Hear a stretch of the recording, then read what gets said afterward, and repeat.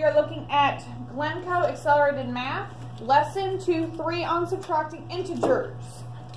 Yesterday we looked at adding integers. I meant adding a positive and negative value. Sometimes both sides are the same, sometimes they're different. Today we're looking at subtracting those integers. Now, if you can add integers, you can subtract them. Let me say that again. If you know how to add integers, you can subtract them, because what we are actually going to do, we're going to KCA the problem. We're going to KCA the problem. K says we're going to keep the first term.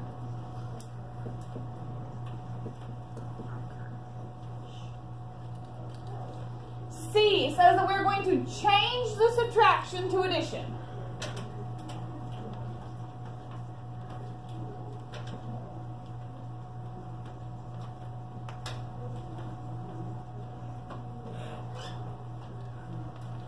A stands for the additive inverse.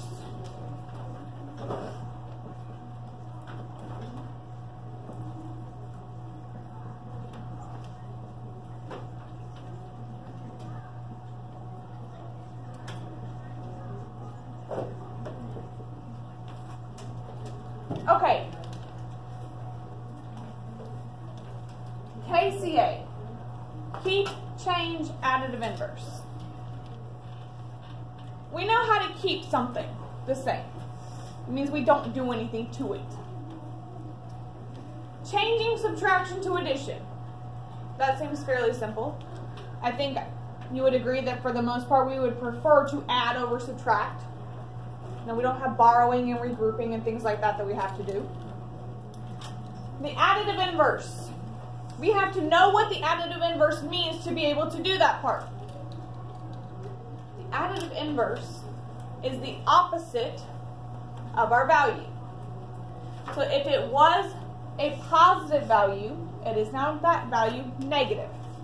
If that was a negative value, we're going to change that to its positive counterpart. That is the additive inverse. Additive inverses are two values that when added together have a sum of 0. Okay. So, let's look at an example. And we're going to show that this example is true. If we had, let's use positives to show that it's true. 4 minus 9. 4 minus 9. Rules of subtraction say that this is not possible, correct? Okay. If we did this on a number line,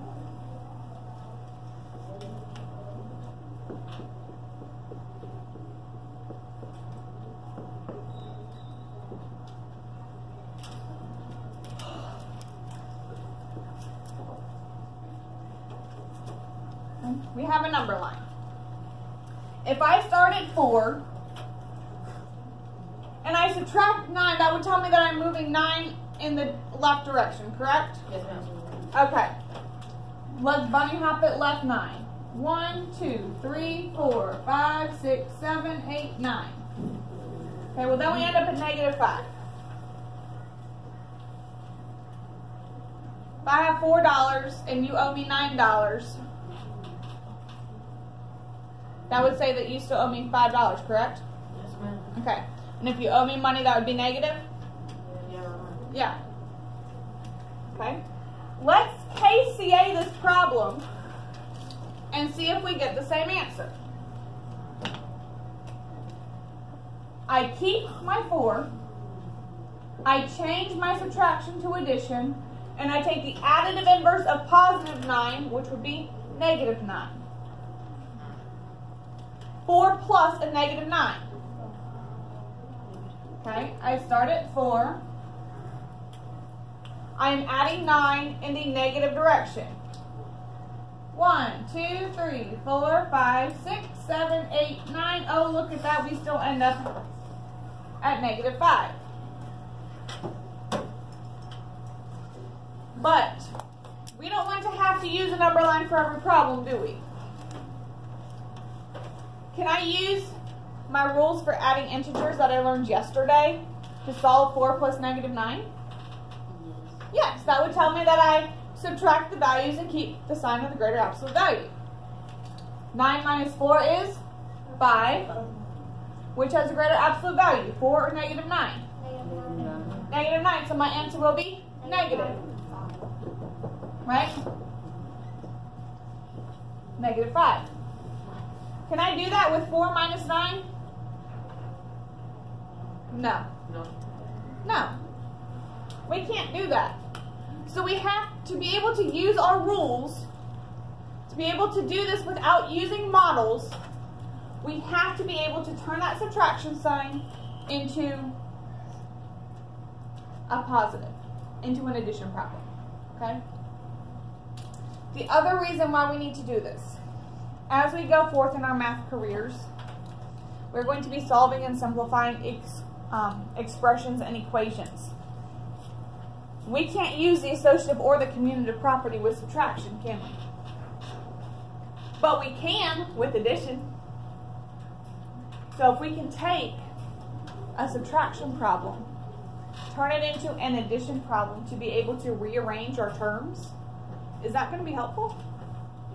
Yeah, absolutely. We're going to have to be able to do that to simplify some of the things that we see.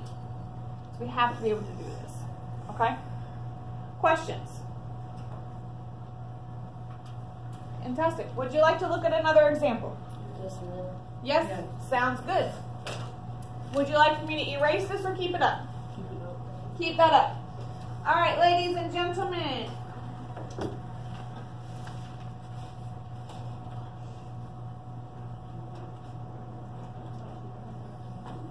Look at example 2 on page 64.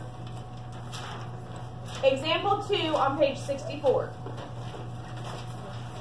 Would you like to do problem A or problem B? Problem A. Problem A. Okay, so we're looking at example 2A.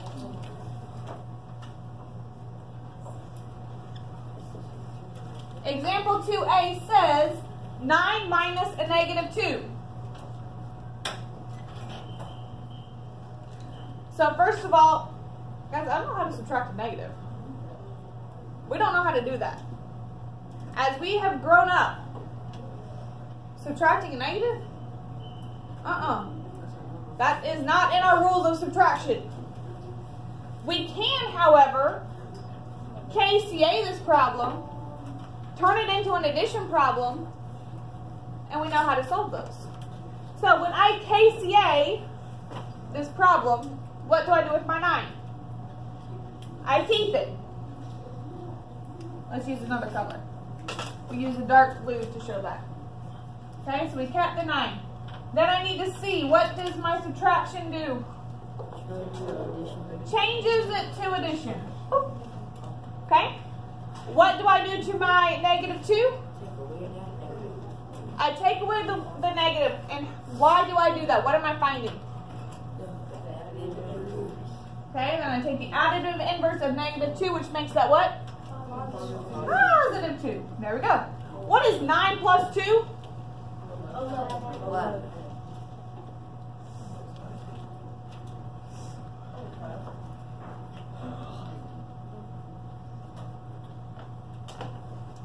We took a problem where we had to subtract a negative, and we ended up with a more positive answer. If I did that on my number line, I would get the same thing.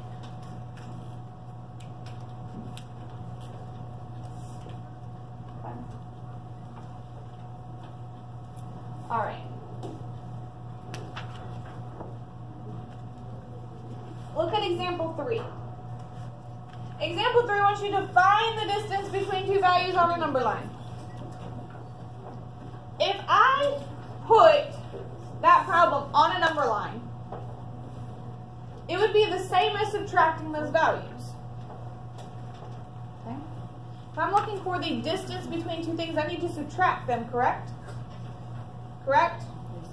Yes? Okay. So, what we're going to do, I'm going to solve that problem. Then we're going to compare it with the answer in the book and see if we're the same. Sound fair? Okay.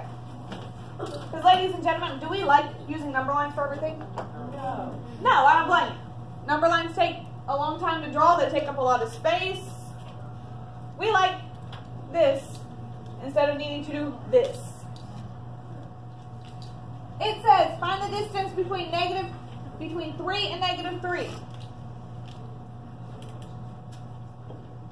So that would tell me that I take 3 minus a negative 3. And I'm putting that negative 3 in parentheses to make sure that we show that as one term. Do you have to use the parentheses? No. You do not have to use the parentheses there, but sometimes it helps us to keep our numbers separate. Alright, what am I going to do to find the difference between 3 and negative 3? What do I need to do? Keep the first term. You gotta KCA. I need to KCA it, which says that I keep the first term. What's my C stand for? Change subtraction to addition. Change subtraction to addition. What's the A stand for? Find the additive inverse. What is the additive inverse of negative 3? Positive 3. What's 3 plus 3? 6. Alright, look in your book. For example 3, if we look at that number line, does it show 6 units between the two? It does? Yes. Okay. If I asked you to show me on a number line, could you do it? Yeah.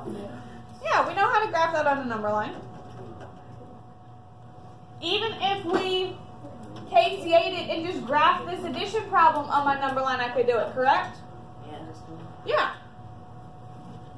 But this way is easier. Okay. So far, when we have KCA things without a number line, we have been going from a positive to a negative. I want to show you one more example before we move on. Okay? This one is not in your book. I'm making up my own example. Shocker. Scary. I know. Scary. Okay.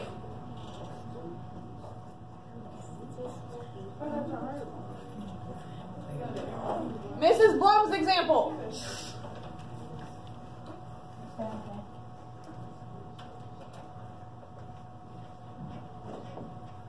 Ooh, I use big numbers. They're 2 digits.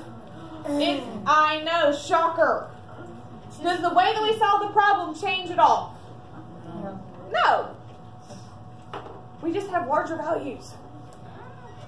I know, but the way that we solve it is exactly the same. What do I do with my negative 21? I keep it. What do I do to that subtraction sign? Change it to addition. What do I do with that positive 16? We have to change it to a negative because we're doing what? Because we're finding the additive inverse. What is negative 21 plus a negative 16? Negative 37. Negative 37. Because when the signs are the same, we add and we keep the sign. Okay? Do we have any questions? No? We're good to go? Fantastic. Thank you.